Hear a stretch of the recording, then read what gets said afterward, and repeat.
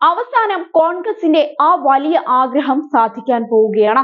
അതെ, തങ്ങളുടെ പ്രിയ നേതാവ് രാഹുൽ ഗാന്ധി ലോക്സഭയിലെ പ്രതിപക്ഷ നേതാവിന്റെ പദവി ഏറ്റെടുക്കാൻ പോകുന്നു.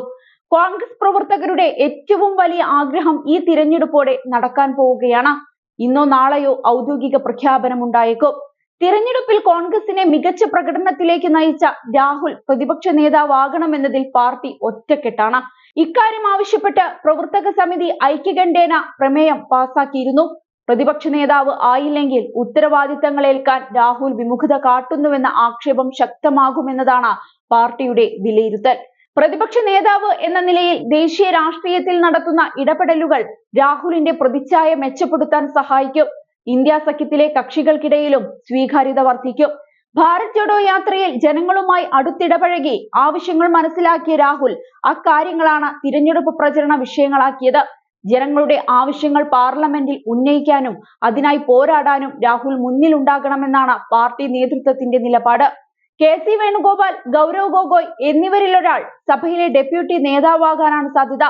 പാർലമെന്റ് ചട്ടങ്ങൾ പ്രകാരം ഒരു പാർട്ടിക്ക് പ്രതിപക്ഷ നേതൃസ്ഥാനം ലഭിക്കാൻ 10% സീറ്റ് ലഭിക്കണം.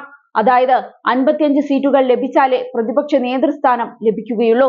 ഇത്തവണ ശക്തമായി തിരിച്ചുവന്ന കോൺഗ്രസിന് 99 സീറ്റുകൾ ലഭിച്ചിരുന്നു.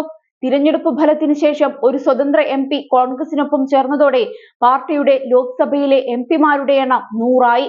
അതേസമയം ദിവസങ്ങൾക്ക് മുൻപ് തിരഞ്ഞെടുപ്പ് പ്രചരണത്തിൽ രാഹുൽ ഗാന്ധി നടത്തിയ ശ്രമങ്ങളെ CWC പ്രമേയം പ്രശംസിച്ചിരുന്നു.